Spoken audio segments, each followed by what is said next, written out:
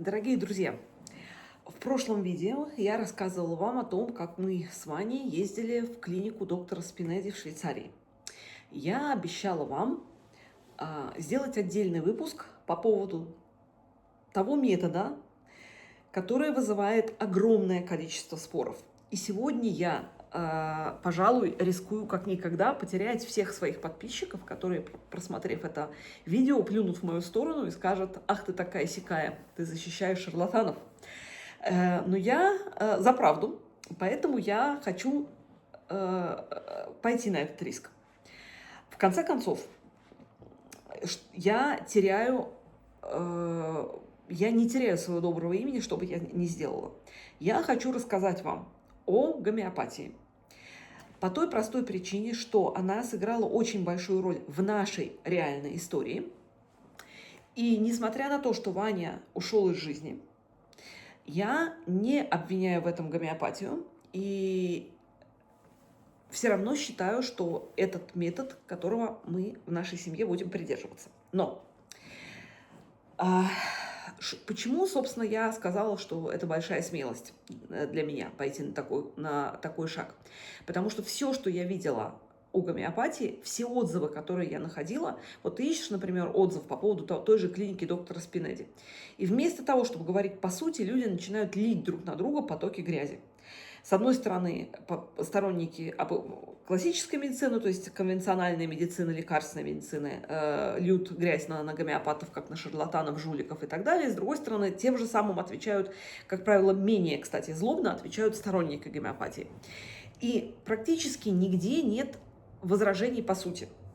Я готовя этот выпуск, у меня вообще много было сомнений, выпускать его или нет.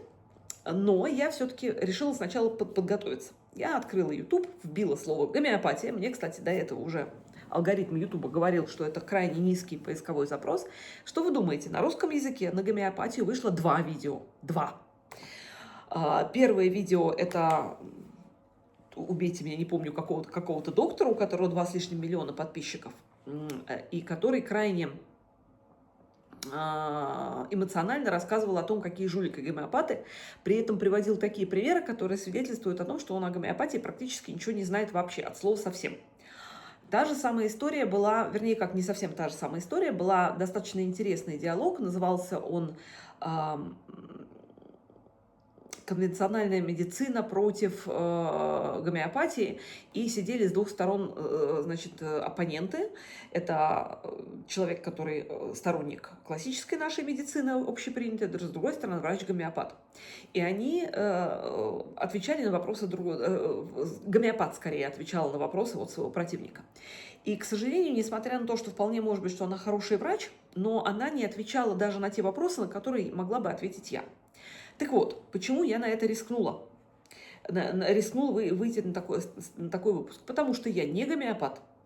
Я не произвожу гомеопатические препараты. Я не имею никакой прибыли с рекламы гомеопатии.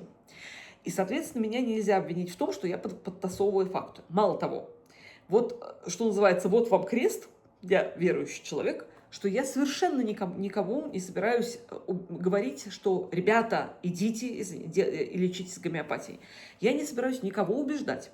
Я не собираюсь бить себя пяткой в грудь и говорить о том, что гомеопатия – это суперметод. Я предлагаю вам, как взрослым людям, потому что я думаю, что меня смотрят взрослые люди, просто подумать и посмотреть на факты, больше ни на что. Во-первых, давайте посмотрим в корень проблемы. Почему возникают люди, которые вдруг ни с того ни с сего становятся сторонниками, там, я не знаю, гомеопатии, биорезонанса, уринотерапии и ходят на кровопускание, используют герудотерапию, то есть пиявочную терапию. То есть я ни одного человека не видела, который просто с какого-то перепугу вдруг взял и пошел, например, к какому-нибудь врачу нетрадиционной ориентации, имеется в виду не сексуальной, а просто вот нетрадиционной медицинской ориентации. Как правило, всегда перед этим идет череда проблем, с которыми лекарственная медицина не могла справиться. И поэтому человек, уже доведенный до отчаяния своими поисками, начинает идти в сторону каких-то новых методов. Осваивают специальные гимнастики, ездят в санатории, то есть делают все, что возможно, и кто-то прибивается к берегу гомеопатии. Вот точно таким образом произошло все у меня. Потому что я не лечилась гомеопатией и не лечила никого гомеопатией до 5-летнего возраста моего старшего сына. В 5-летнем возрасте, до этого я честно вызывала участкового врача. Мне повезло еще, кстати, лечиться в Советском Союзе, поэтому у нас врачи участковые детские крайне редко назначали антибиотики, чаще всего назначали горчичники, парку ног, ингаляции, травки, иногда, кстати, тоже гомеопатию. И крайне редко обращались к лекарственным препаратам, только в крайних случаях. Поэтому я, приехав в Венгрию, решила, что в Венгрии все так же. И вообще не занималась, мне было абсолютно пофигу, извиняюсь за мой французский. Я думала, что у меня родился ребенок, и я буду, как все нормальные люди, ходить в поликлинику. В результате у моего ребенка, благодаря очень хорошему детскому, платному детскому саду английскому, за который я заплатила немеренную тучу денег, подряд произошло 3 бронхита. После этого он начал задыхаться, у него начался бронхоспазм, он начинал кашлять, не мог прекратить. И, естественно, первое, что я сделала, я пошла к участковому врачу. Участковый врач и попросила его направление к пульмонологу. Но участковый врач сказал: нет, вам не надо никакому пульмонологу, вот я вам сейчас выпишу лекарства. И выписывает мне гормоны. Я в то время еще интернета не было, сын мой родился в 1997 году, и, соответственно, в 2002-2003 году интернета не то чтобы не было, но он однозначно не был на таких высотах, как сейчас. Я начинаю смотреть, что такое гормоны, начинаю читать про эту литературу и впадаю в ужас, потому что гормоны на самом деле в этой ситуации, они что делают? Они снижают воспалительную реакцию организма, то есть снижают иммунитет абсолютно. И таким образом снижается воспаление, потому что иммунитет перестает бороться. И, соответственно, мне врач сразу сказал: учтите, у него астма, это на всю жизнь. И я понимаю, что моего 5-летнего ребенка сейчас посадят на гормоны, которые совсем небезопасны с точки зрения развития, с точки зрения всего. И я начинаю как ненормально, я тогда даже не думала ни о какой гомеопатии. Я начинаю как ненормально искать разные методы. Я начинаю смотреть, есть ли санатории. Их в Венгрии нет, мы повезли его в Болгарию. Я стала искать всякие дыхательные гимнастики. То есть моему сыну становилось все хуже и хуже. Я не давала ему гормоны, но я стала давать бронхоспазмолитики, от чего он задыхаться стал еще хуже. То есть как бронхоспазмолитик помогал, на какие-то 3-4 часа после этого он начинал задыхаться еще сильнее. И тут мне кто-то рассказал о методе биорезонанса. Я сначала думала, что это какой-то вот типа Кашпировский. В это я абсолютно не верила. Я в тот момент тоже была верующим человеком. Потом выяснилось, что это абсолютно физический научный метод. И, собственно, первый толчок в этом направлении нам дал биорезонанс, с помощью которого после одного сеанса слезли с бронхоспазмолитиков. И где-то, наверное, за полгода Сашу моего полностью вылечили от бронхита, в смысле от хронических бронхитов и от вот этого тяжелого дыхания, от астматического компонента. Лечил нас врач, который действительно был врач, он занимался также и биорезонансом, но это был профессиональный врач. Он сразу сказал, что у Саши нет из 5-3 признаков астмы, поэтому это только астматические компоненты из-за бронхитов. Но я затем пошла дальше, я даже училась биорезонансу, это будет отдельный выпуск, но затем мы столкнулись с гомеопатией. И гомеопатия окончательно вылечила у Саши аллергию. И когда родился Ваня, я уже изначально лечила его только гомеопатией. И в моей семье были случаи доказанных результатов лечения гомеопатией. То есть у меня ребенок 2 раза или 3 раза, Ваня, заболевал пневмонией, которую фиксировали с помощью рентгена, и исцеление от которого тоже фиксировали с помощью рентгена, лечились мы гомеопатией. То же самое было с отитом, то же самое было с бронхитом. Также были эпизоды тяжелого дыхания, потому что у нас в семье по линии папы, моего мужа, у нас астма. И также были ситуации исцеления от аллергии. То есть не были случаи, а, собственно, моего ребенка от аллергии исцелили. Надо понимать, что Венгрия – это крайне аллергенная страна. Здесь очень развито, много растет амброзии. Амброзия – это жуткий аллерген во всех проявлениях. То есть, на самом деле, аллергия на амброзию, она длится от марта до ноября. То есть, пока вот она зеленая, до тех листья, стебли, цветы, семена, аллергенно абсолютно все. Вот, то есть, отвечаю вам на первый вопрос. Я не планировала заниматься гомеопатией. Я не была сторонником неконвенциональной медицины. Я не была предрасположена к тому, чтобы, значит, теряя тапки, бежать в сторону гомеопатии. Но я человек, любящий разобраться во всем до конца. Я стала пытаться прочитать, что такое гомеопатия. И вот я вам рассказываю коротко информацию, потому что если вы захотите, если вы мне напишите, я сделаю подробный выпуск. В общем, гомеопатия была изобретена в 1796 году, ребята. То есть это 230 лет тому назад. И она существует по сей день. Ее изобрел Самуэль Ганеман, врач по профессии, очень талантливый врач и переводчик. Он знал где-то 5, по-моему, языков. И он в то время, это конец 18 века, лечили достаточно зверскими методами, то есть лечили ртутью, лечили мышьяком, лечили кровопусканием, то есть очень такие жесткие были методы, и очень многих людей травили, ну, сами понимаете, ртутью и мышьяком травили, и он видел, как врач, что он очень часто одно лечит, другое калечит. И он просто очень сильно переживал по этому поводу, человек был с совестью. И один раз, переводя один из трудов какого-то врача на немецкий язык, он увидел, что описание одного лекарства, которое применялось от малярии, это лекарство давало те же симптомы, что давала малярия. И вот у него зародилась идея, которая легла в основание гомеопатии – лечить подобное подобным. То есть, если у здорового человека гомеопатический препарат вызывает симптомы, похожие на малярию, значит, больного малярией нужно лечить этим препаратом. Если у человека, у здорового, препарат вызывает симптомы укуса пчелы, то укус пчелы можно лечить с помощью этого препарата. То есть лечи подобное подобным. Ганеман стал это пытаться делать и увидел, что очень часто проблема в дозировке, что дают очень высокую дозу препарата. И он постепенно начинал снижать дозу. Снижал и увидел, что чем меньше доза, тем сильнее ее воздействие. И тем меньше побочные препараты. И таким образом постепенно, это не произошло сразу, он в течение 10, 20, 30 лет пришел к тому, что он начал разводить препараты настолько, что теперешние врачи говорят, что вы нам даете сахарные шарики, в которых нет ни одной молекулы этого препарата. Что, кстати, действительно так. Потому что создание гомеопатического препарата происходит очень интересно. Вот, например, давайте возьмем элементарное растение, ромашку. Вы берете каплю настоя ромашки, прибавляете к нему 99 капель воды. Встряхиваете определенное количество раз, по-моему, 50 нужно встряхивать. Потом из этого раствора, полученного, где только одна капля настоя ромашки, берете одну каплю и добавляете. Это у вас первый раствор, получился потенция С1. С это центы, сотня, первая сотня. Потом вы одну каплю прибавляете к 99 каплям воды, опять встряхиваете, потом дальше и так дальше. И вот наиболее частая потенция – это С30. То есть 30 раз вам надо сделать эту операцию.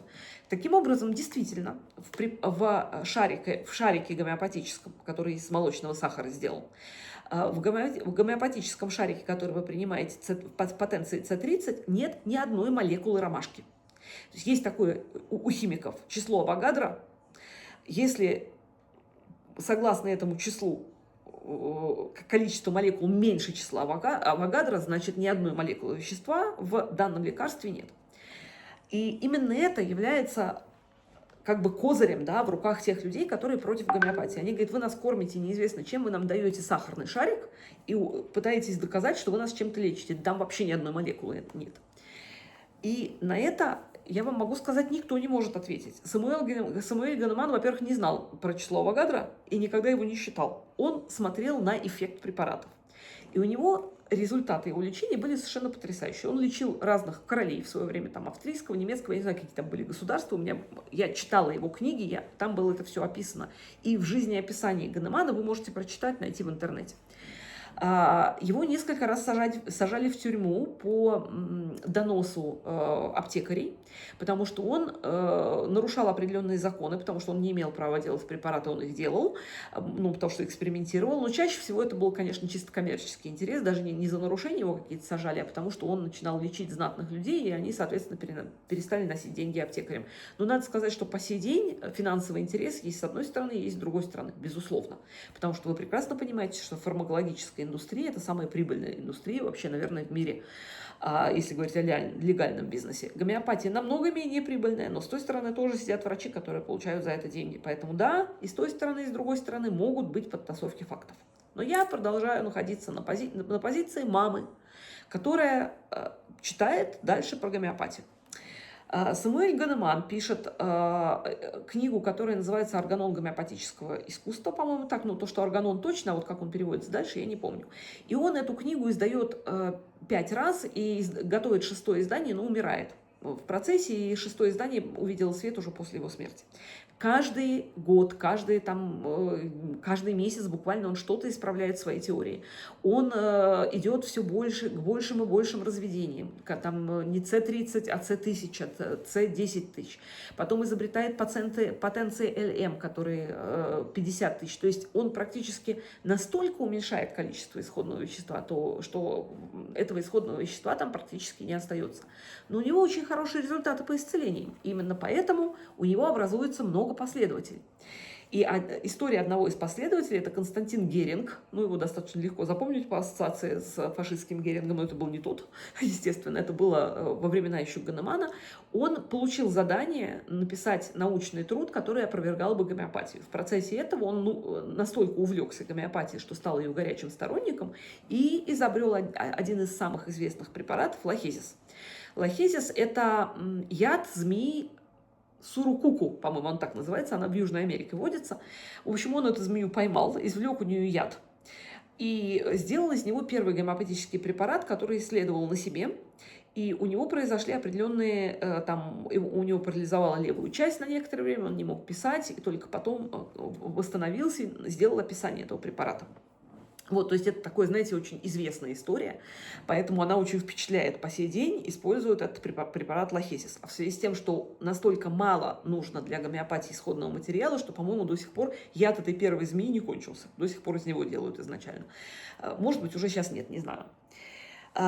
То есть мы с вами знаем два уже гомеопатических принципа: лечи подобное подобным и используй очень маленькие разведения, то есть очень малое количество, сверхмалые дозы.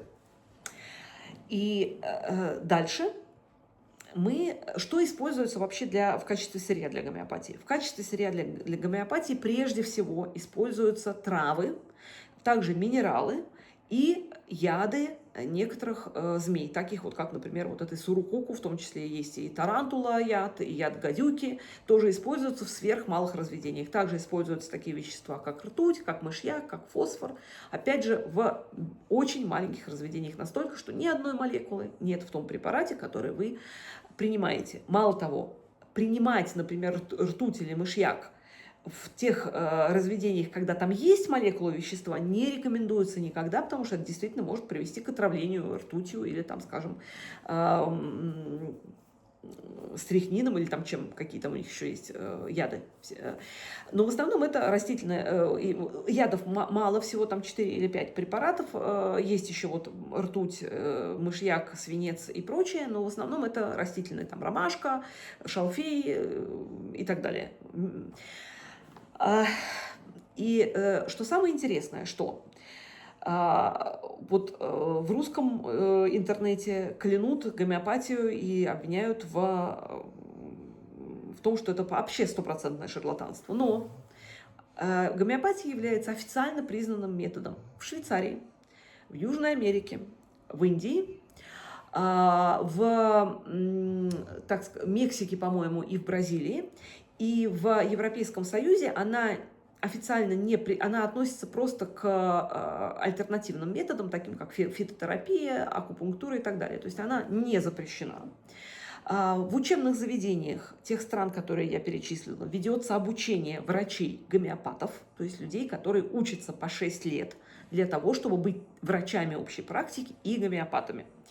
В других странах также ведутся курсы для врачей, которые приобретают дополнительную квалификацию врача-гомеопата. Что касается представления о том, что гомеопатические препараты делаются на коленке, как вот я читаю чаты и просто ужасаюсь, люди просто не имеют никакого представления, что, например, есть фармакологические компании, которые используют те же протоколы, которые используют все остальные фармакологические компании, и они находятся в Швейцарии, в Германии, в Австрии, совершенно точно, вот это 3 страны, про которые я знаю точно, во Франции, Буарон, очень известный, да, фирма, которая производит, Вала в Германии, Веледа тоже в Германии, ДХУ в Германии, и целый ряд производителей в Индии, естественно. То есть там очень важные протоколы, но как совершенно человек, не имеющий никакой заинтересованности в том, чтобы добиться от вас признания, я могу сказать, что тот факт, что лекарство кем-то выпускается, совершенно не доказывает его эффективности. Это действует как в сторону гомеопатии, так и в сторону обычных препаратов. Вы прекрасно знаете, что периодически выходит какой-то препарат, его объявляют панацеей, потом его отменяют, потому что, как выяснилось, он был вообще вредным. Извините, ребята, такое бывает везде. Вот, значит, дальше. Есть расхожее мнение по поводу того, что гомеопаты вообще не... Почему, собственно, сейчас такой сырбор вокруг гомеопатии? Потому что у нас есть доказательная медицина, которая говорит, что нам для того, чтобы использовать препарат, нужно собрать группу, имеющую один и тот же диагноз, скажем, ОРВИ или грипп, я не знаю, от ОРВИ, по-моему, нет лекарства по сей день, грипп или там, я не знаю, ветрянка или что угодно. От ветрянки, кстати, тоже нет лекарства в доказательной медицине. Любую, желтуха, гепатит. Мы берем группу, даем ей препарат и выясняем, в каком количестве случаев он помогает, в каких не очень, а в каких не помогает вообще. При этом надо еще учитывать эффект плацебо, то есть человек может верить в препарат, и по научным данным не менее 40% эффективности препарата составляет эффект плацебо. То есть если человеку дают всего лишь какой-нибудь сахарок или витаминку, но говорят, что это супер какой-то американский препарат, который использовали, он суперэффективный, уже на 40% он поможет. Плюс какое-то естественное действие самого препарата. Поэтому есть такой момент, как слепые тестирования, когда человек не знает, что ему вообще дали лекарство, или не знает, какое. Мало того, те, кто проверяют эти исследования, тоже не знают, какой препарат получили люди, чтобы не было предвзятости. И вот исключить вот этот вот эффект плацебо. И все говорят, ну, доказательная медицина, вот 100 человек больных желтухой пришли, получили один препарат, вот мы понимаем, что вот он действенен. А в гомеопатии вы можете такое сделать? Вот давайте мы соберем вам 100 человек больных желтухой и, пожалуйста, произведите то же самое. Так вот, я вам скажу, что в гомеопатии можно доказывать эффективность препаратов, но другим способом. То есть пытаться подогнать гомеопатию к этому методу, почему нельзя? Потому что она работает совершенно по другим принципам. Это то же самое, как пытаться сравнить, я не знаю, красное и пушистое. Давайте сравним красное и пушистое по одной шкале. Не получится, потому что для красного нужна шкала измерения цвета, а для пушистого шкала, там, я не знаю, по весу, по консистенции и так далее. Гомеопатия говорит о чем? Гомеопатия лечит не диагнозы, гомеопатия лечит симптомы. Мало того, гомеопатия говорит, это принцип Ганемана, который по сей день используют все гомеопаты. Мы лечим не болезнь, мы лечим всего человека. Потому что если человек заболел, например, желтухой, да, и нормальная медицина доказательная говорит, у него повреждается печень. Гомеопат говорит, там не только печень, там, извиняюсь, вообще повреждается куча всего, потому что печень и все остальные органы, они взаимосвязаны, поскольку человек является общей системой. И именно поэтому, если вы дадите гомеопату 100 человек больных желтухой, то 100 человек получат как минимум 10, а то и 15, а то и 20 разных препаратов. Не потому, что врачи шарлатаны, а потому, что они будут опрашивать человека на симптомы. И они будут обращать внимание не только, например, на кашель или насморк, потому что, когда мы приходим к участковому врачу, мы что говорим? У меня температура, у меня кашель, у меня насморк. Он говорит, у нас сейчас у всех сейчас грипп, он, как правило, связан с бронхитом в этом году, так давайте я вам сразу дам антибиотики. Ну, у нас в Венгрии, по крайней мере, так. Есть определенный протокол, по которому врачу можно прописать столько, такие-то, такие-то, такие-то препараты. Этих препаратов на самом деле не очень много. То есть там 5-10, не больше, для данного конкретного случая с такими симптомами. Когда вы приходите к гомеопату и говорите, у меня кашель, насморк и температура, гомеопат начинает вас занудно допрашивать. Поэтому визит к гомеопату занимает, как правило, первый часа 2. А любой нормальный визит минимум полчаса, а то и час, а то и полтора, в зависимости от тяжести случаев. Почему? Потому что гомеопат опрашивает вас. У вас сопли какого цвета, извините? Когда хуже, днем или ночью? Какой они густоты? Что вы ощущаете? Есть ли у вас жжение в носу? Легко ли отсмаркиваются эти сопли? Какой у вас кашель? Хорошо ли вам от холодного или от горячего? Хочется ли вам холодного или горячего? Вообще, что вам хочется съесть или выпить в это время? Вот вы имеете температуру. От этой температуры гомеопат смотрит, у вас щеки красные или белые, холодные у вас руки или горячие и так далее. Поэтому, соответственно, получается, что из всех больных, имеющих одни и те же симптомы с нашей с вами точки зрения, гомеопат, находит 100 человек с разными симптомами. Среди всех их будут там боли с правой стороны, если говорим про желтуху, там желтые белки глаз и куча других, там темная моча, светлый кал. Почему знаю, потому что болела гепатитом Б в маленьком возрасте, про него читала потом уже много. Для гомеопата все люди будут разными, и он всем даст свои препараты.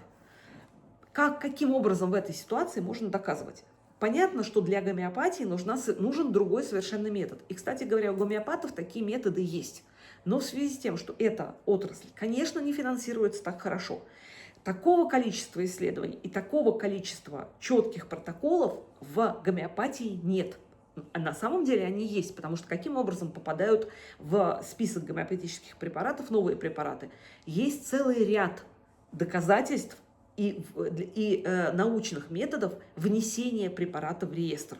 Есть так называемые прувинги, когда собираются группы здоровых людей, им начинают давать препарат, причем используется тоже слепой метод. Люди не знают, какой препарат, а люди, которые описывают симптомы, не знают, какой препарат получили эти люди. Это так называемая двойная слепота, чтобы не было, опять же, вот этой предвзятости. И потом, когда эта уже база набралась, когда использовали многие десятки, сотни людей, вот здоровых людей этот препарат, они этот препарат вписывают в реестр, описывают его действия в книге, которая называется «Материя медика». То есть «Материя медика» описывает свойства, то есть какие симптомы может лечить данный препарат.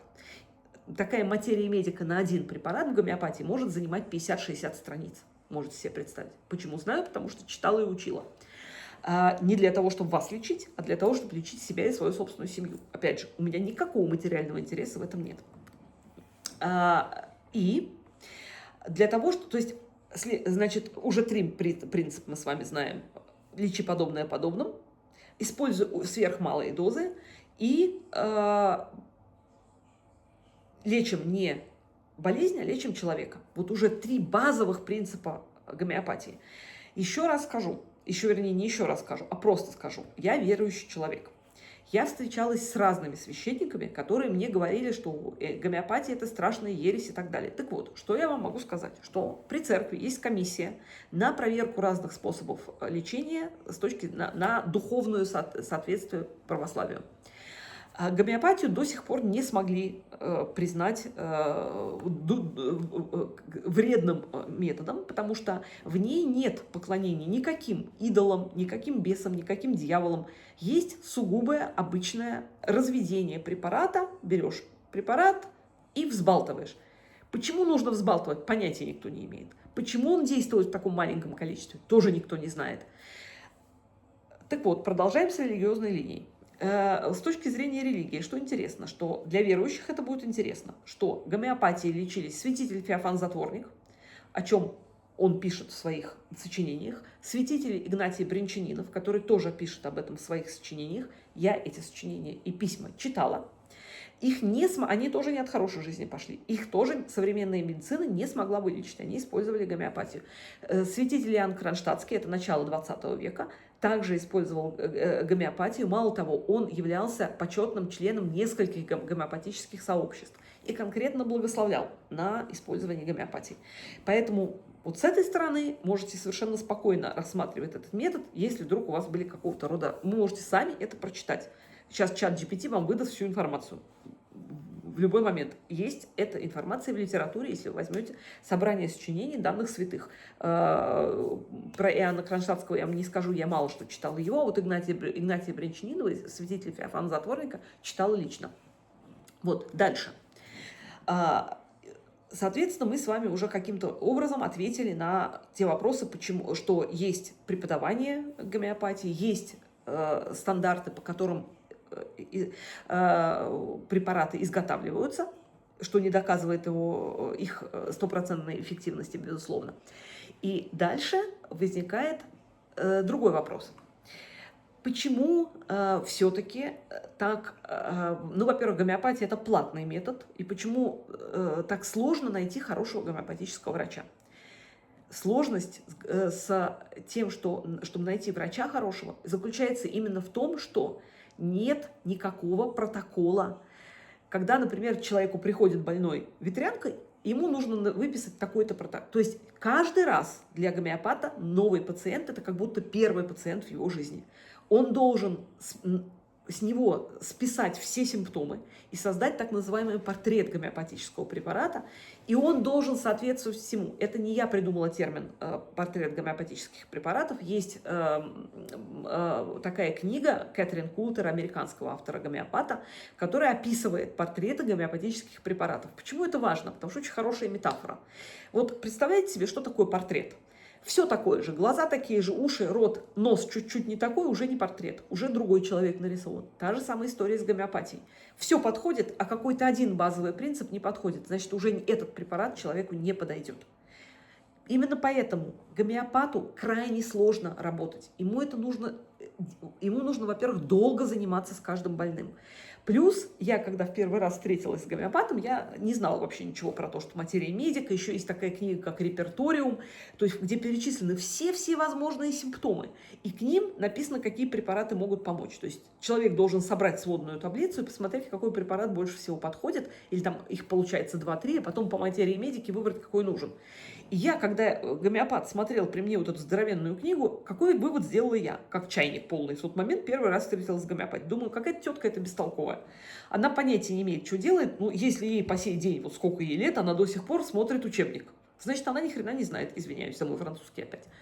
И только когда прошло некоторое время, я поняла, что именно это говорило о том, что человек крайне добросовестен. Моя женщина-гомеопат, врач, которая лечила Ваню, лечит всю нашу семью, она использует уже компьютерную программу специальную, которая облегчает поиск гомеопатических препаратов. Если врач гомеопатический не использует материи медику и реперторий, то он, можно сказать, что не врач. Конечно, уже проработав там 30 лет в гомеопатии, насморк ты вылечишь без репертория, 100%. Но в более серьезном случае обязательно нужно смотреть. И по поводу того, что можно ли вылечить гомеопатией что-то, кроме насморка, безусловно, да, почему нет? Другой вопрос, что, к сожалению, очень мало хороших специалистов, которые на это способны. Потому что очень часто гомеопатами люди себя нарекают, пройдя какие-то курсы в 3 месяца, прочитав одну книжку и решив, что они уже могут лечить. Мало того, есть разные направления в гомеопатии, как, извиняюсь, в любой медицине. Есть, например, люди, которые лечат комплексом, то есть не одним препаратом, а многими. Вот классическая гомеопатия крайне против этого. Почему? Опять же расскажу. Представьте себе, что говорят гомеопаты, что у человека есть жизненная сила. Это как такая ровная линия, по которой вы должны идти, когда вы здоровы.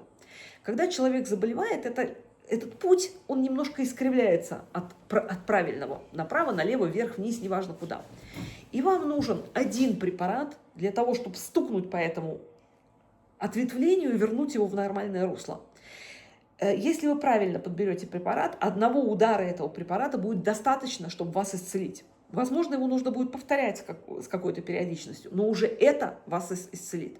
Если же вы даете несколько препаратов, то каждый из них чуть-чуть поможет там, чуть-чуть поможет здесь, чуть-чуть, но в целом у него не хватит сил, потому что если брать, например, у одного препарата 100 воздействия, да, если он попадает в 100% в цель. А если этот попал на 5%, второй на 5%, третий на 7%, все равно 100, как в результате, не будет. Поэтому сторонники классической гомеопатии всегда используют только один препарат. Используют и ждут.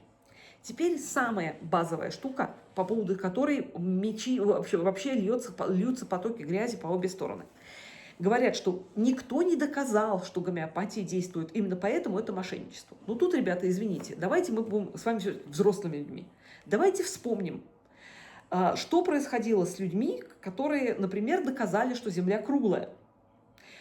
Этих людей, кого сажали, кого жгли на костре, кого изгоняли с позором. И если бы мы во всем говорили о том, что если наука не знает этого, значит, это не так, то мы бы по сей день считали, что Земля находится на 4 слонах, которые стоят на черепахе. И Земля, в принципе, плоская, вокруг нее летает Солнце. Были люди всегда, которые выходили за пределы. Как правило, поначалу они не знали, в чем проблема. Не буду далеко ходить. Мы живем в Венгрии. У нас медицинский университет в Будапеште, а также куча улиц, переулков, проспектов и так далее названы в честь Игнаца Семельвейса. Это врача, который первым обратил внимание на то, что если не стерилизовать лекарства, не стерилизовать инструменты, то ваши больные будут умирать. Он работал в родильном отделении и обратил внимание, что в тех родильных отделениях, где врачи одновременно, работая с роженицами, работают также в морге и вскрывают трупы, потом они моют лекарства, перчаток в то время не было, в смысле не моют не лекарства, а моют инструменты. После чего они этими же инструментами идут и используют эти инструменты при родах. И эти роженицы умирали очень в большом количестве. Он, не зная ничего о бактериях, не зная ничего о трупном яде, вообще ничего не зная, просто обязал людей, которые работали у него в отделении, мыть руки с хлоркой и не использовать те инструменты, которые использовались для вскрытия покойников. В его отделении смертность практически упала до нулевой, в то время как огромное количество людей умирало, огромное количество женщин умирало в родах в большом количестве. Он работал в Австрии. Что вы думаете, кто-нибудь оценил его труды? Нет.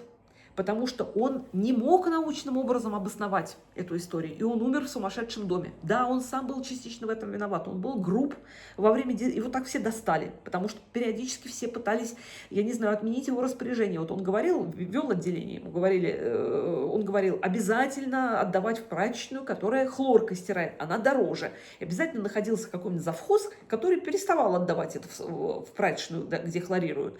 И опять возникала смертность. То есть вот эти вот истории, они его довели до такого состояния, что он уже начал гавкать в ответ оппонентам, не мог нормально, внятно объяснить, в чем дело. И, в общем, его современники считали шарлатаном. Как сейчас считают шарлатанами гомеопатов. Но только пришло время, и наука дошла до микроскопов, выяснила, что, оказывается, существуют бактерии. И, оказывается, прав был Семельвейс, и в честь него, бедного, которому уже пофиг абсолютно, потому что он умер давным-давно, назвали кучу университет, улицы, и вообще он практически национальный герой Венгрии. В той самой Венгрии, и в той самой Австро-Венгрии, где его имя вообще смешали с грязью.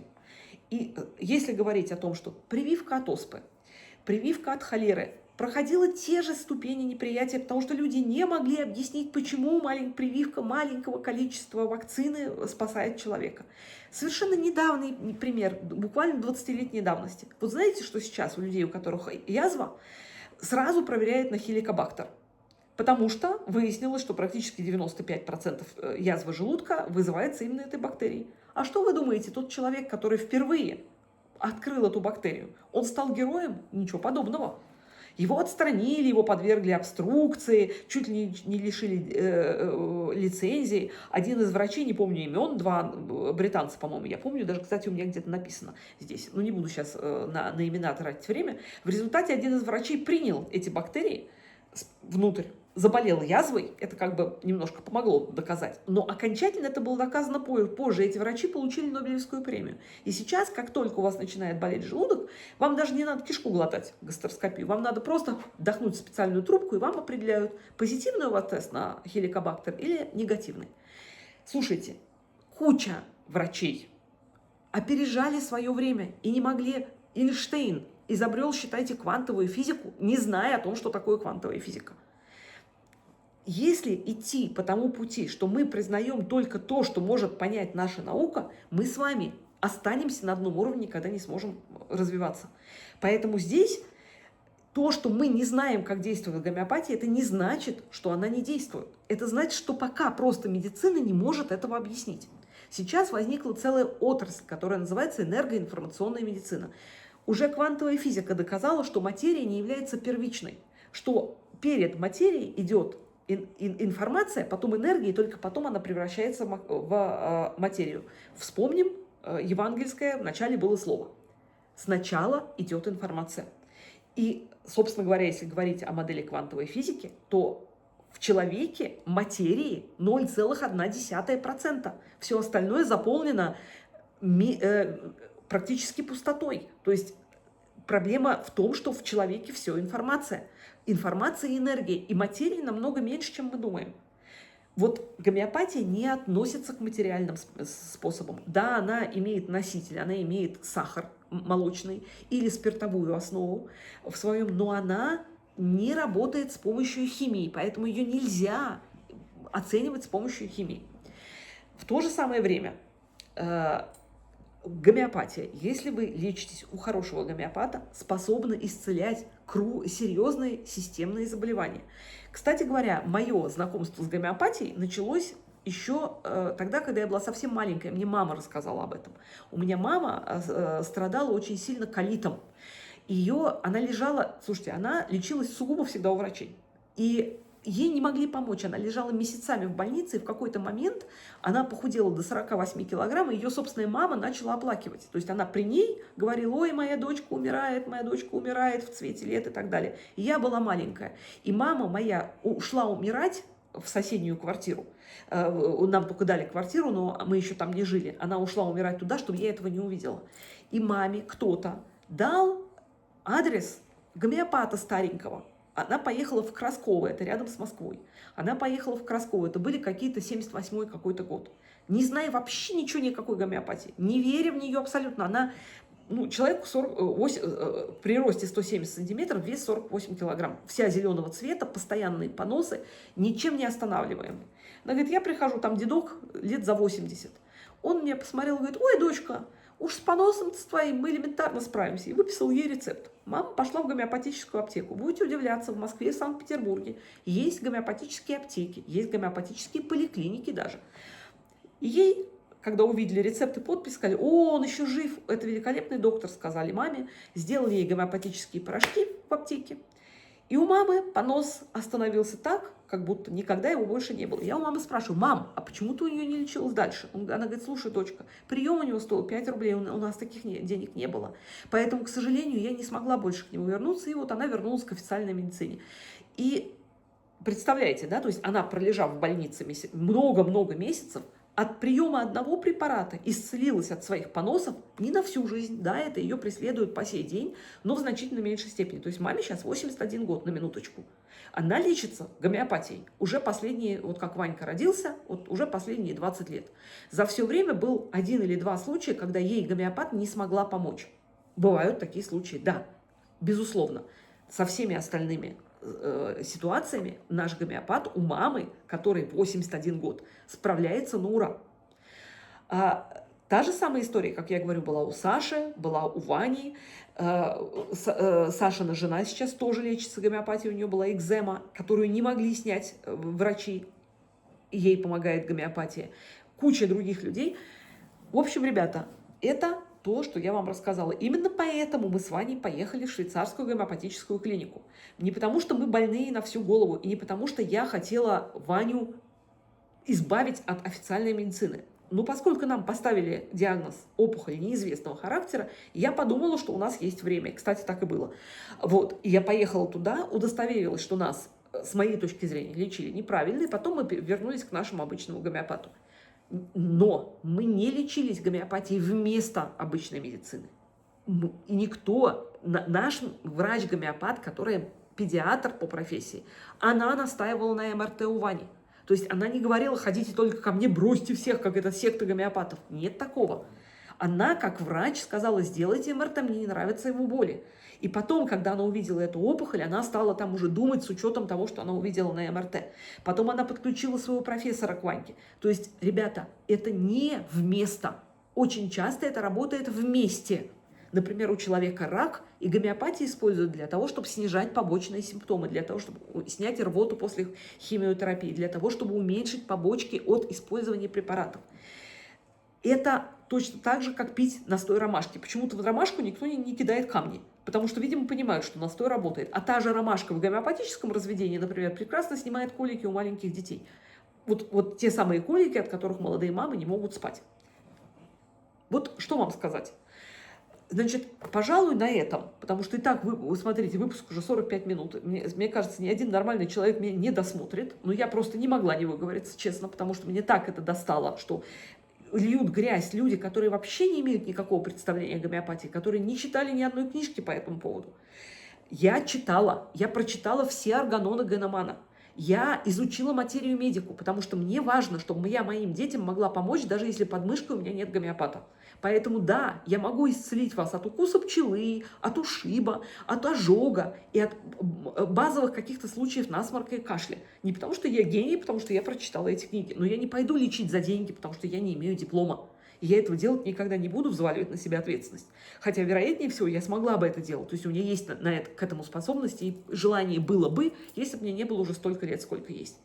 Вот. Так что, прежде чем вам важный человек скажет, что это ересь, просто подумайте, почему с 1796 года гомеопатия продолжает существовать, несмотря на все гонения, несмотря на выливание грязи на несчастных гомеопатов в огромном количестве. И да, есть определенные универсальные рецепты, для которых не нужен гомеопат. Ей нужно знать два средства от ожогов и возить его с собой. Если вы обожглись кипящим маслом, у вас есть шанс исцелиться за 2 дня. Об этом я буду рассказывать в коротких выпусках, посвященных разным таким вот маленьким болячкам. Натерли ногу, обожглись, получили тепловой удар, пчела укусила. Что делать в этих ситуациях? Для этого есть четкие... Для этого не нужно платить гомеопату. Нужно просто иметь какие-то базовые знания, иметь с собой несколько дешевеньких препаратов. В качестве, так сказать, одного из последних примеров, два примера приведу из своей собственной жизни. Один раз мы уже жили все в Венгрии давным-давно, мои дети родились в Венгрии, мы поехали в Москву пятером, извиняюсь. 2 детей моих, мама, папа и я. Муж не поехал, нас было 5 человек. И 4 человека свалилось, я не заболела, заболели все каким-то местным гриппом. У всех поднялась температура, и всем было плохо. Нашего гомеопата я дозвониться не смогла, она была в отпуске. Я везде с собой вожу гомеопатическую аптечку. Везде. У меня вот с собой она до сих пор, она весит 5 килограмм, там много разных препаратов, но я везде с собой вожу, даже если надо переплачивать за груз, потому что я знаю, что это может спасти жизнь. Например, вот у вас аллергия на пчелу, да, чтобы не было отека квинки. Великолепно помогает сразу же гомеопатия. От укуса клеща, чтобы не было чтобы вы не заболели вот тем, что он переносит. Энцефалит, там еще есть пара болезней, которых болезнь Лайма, по-моему. Вот. И я в ужасе, начинаю вспоминать, что я учила, листать книжки, я вожу с собой обязательно материи медика, и даю своим 4 заболевшим 4 разных препарата. И к следующему утру они все 4 как огурчики. Папа, который сердечник, мама, которая тоже пожилая, и 2 моих детей с одинаковыми соплями, насморком, в смысле кашлем, соплями и температурой, получают 4 гомеопатических препарата и на следующий день чувствуют себя как огурцы. Температуры нет, все прошло. С тех пор они совершенно неоправданно верят в мои силы. В тот раз мне просто тупо повезло, потому что были очень четкие симптомы. Далеко не всегда я на это способна. И еще есть пример две разные семьи, когда был ковид. Вы помните, что когда ковид только начинался, люди заболевали ковидом, боялись идти к врачу, потому что они очень боялись попасть в больницу, в которой лежат тяжело больные, что их поставят на аппарат ИВЛ, они умрут. В Венгрии, по крайней мере, было такое. Даже врачи участковые говорили, когда человек звонил, говорит: слушай, если тебе неплохо, лучше сиди дома и не вякай, никого не вызывай. А то, как только тебя определят в ковид, тебя сразу в больницу, и тебя оттуда не выцарапаешь. И ты помрешь там, вероятнее всего. Потому что если у тебя нет серьезных симптомов, тебе начинают давать препараты, иммунитет ослабляется, и ты умираешь. И мне звонит по наводке знакомых, которые знают, что я лечу гомеопатией, молодой человек, который живет в Венгрии. И говорит: Катя, а я его знаю, там шапошное знакомство. Катя, мне погано страшно, у меня сатурация падает, сатурация вместо там 98, как она должна быть, у меня уже сатурация 81, падает с каждым часом, я начинаю тяжело дышать, но я боюсь поехать в больницу. Может быть, вы мне поможете? Пятница, вторая половина дня. Я понимаю, что до гомеопата я уже не дозвонюсь. Думаю, твою же налево. Ну, хорошо, я говорю: знаете, извините, Максим, я только своими силами могу помочь, я вот гомеопату сейчас не дозвонюсь. Он говорит: слушайте, ну хоть что-то. И я по своим знаниям даю ему препарат. Мои знакомые ему подвозят к дверям этот препарат, потому что сам он на улицу выйти не в состоянии. На следующий день он, визжа от восторга, звонит моему знакомому, который его порекомендовал, и говорит: слушай, у меня сатурация опять 98, я поправился, передай Кате спасибо. И потом, когда он поправился, он принес небольшой букет цветов, мой единственный гонорар, который я получила за свое лечение. И та же самая история была с моими знакомыми в Питере, которые тоже во время ковида, муж и жена заболели, и жена знала, она тоже художник, и мы вместе в одном чате болтали, она знала про то, что я лечусь гомеопатией. Она мне позвонила, говорит: Катя, что делать? Мы боимся, нам обоим плохо. И я, опять же, по телефону, взяв на себя ответственность, дала им 2 разных препарата. И выяснилось, что у них во дворе, оказывается, была гомеопатическая аптека, они об этом не знали, и даже гомеопатическая поликлиника. Они в центре где-то живут Питера. И она мне потом рассказывает, муж у нее реакция, говорит: и что ты хочешь сказать? Они выкупили 2 этих лекарства, что за эти лекарства за 100 рублей мы поправимся оба? Это, говорит, маразм какой-то, это серьезный препарат столько не стоит. А потом эта женщина мне звонит и благодарит, они оба поправились. Опять же, это не значит, что во всех случаях гомеопаты справляются с ковидом. Потому что если бы во всех случаях гомеопаты могли помочь, то уже давно не было бы таких споров, и все люди бы лечились только гомеопатией, болезней бы на свете не было. К сожалению, и гомеопатия не может вылечить все болезни. Как показывает пример моего сына, который ушел, и никто не мог помочь. Ни обычная медицина, ни гомеопатия, ни другие методы, которыми мы пользовались. Мы не пренебрегали методами официальной медицины. Мы также сопровождали лечение гомеопатией, но, к сожалению, вот видно, воля Божья на то была, чтобы он ушел. Но я ни одного камня в сторону гомеопатии бросить не могу. Ребята, 51 минута, кошмар. Спасибо вам огромное, если вы дотерпели до конца. Значит, соответственно, если вдруг кому-то нужны какие-то рекомендации, то у меня в Венгрии есть знакомый гомеопат, за которого я поручусь 100%, потому что это мой врач. У меня есть в Канаде гомеопат, которая тоже подруга моей гомеопаты. Они ездят все время на повышение квалификации в Индию каждый год. И есть в России тоже гомеопаты, которых я знаю, у которых я не лечилась, но о которых я имею очень хорошие отзывы. Если вдруг надо, я в личку вам напишу. Опять же, без рекламы. Что вам сказать? Вот, наверное, на этом сейчас уже действительно все. Спасибо вам огромное всем, кто был. В дальнейшем, это был такой выпуск необычный, в дальнейшем я буду продолжать рассказывать историю моего сына, о том, что мы были, где мы были, что мы делали, как мы лечились и какие у меня советы. Я очень надеюсь, что это мое видео кому-то поможет, пусть даже не вылечиться, но, может быть, пересмотреть какие-то взгляды и, может быть, найти метод, который вам поможет, пусть даже в малом. Пусть даже в излечении ожога или ушиба, пусть даже там в излечении какой-то простуды, но поможет. А может быть и в излечении более серьезных заболеваний. Потому что, например, очень известный ученый Кент, который написал одну из самых известных материй медика, говорил, что, например, 95% психических заболеваний, которые ставят сейчас больным, и которых лечат в психиатрии, можно вылечить 3-4 гомеопатическими препаратами на всю жизнь. Я сказала, вы думаете. Очень прошу не бросать в меня тапками и тухлыми помидорами. До свидания.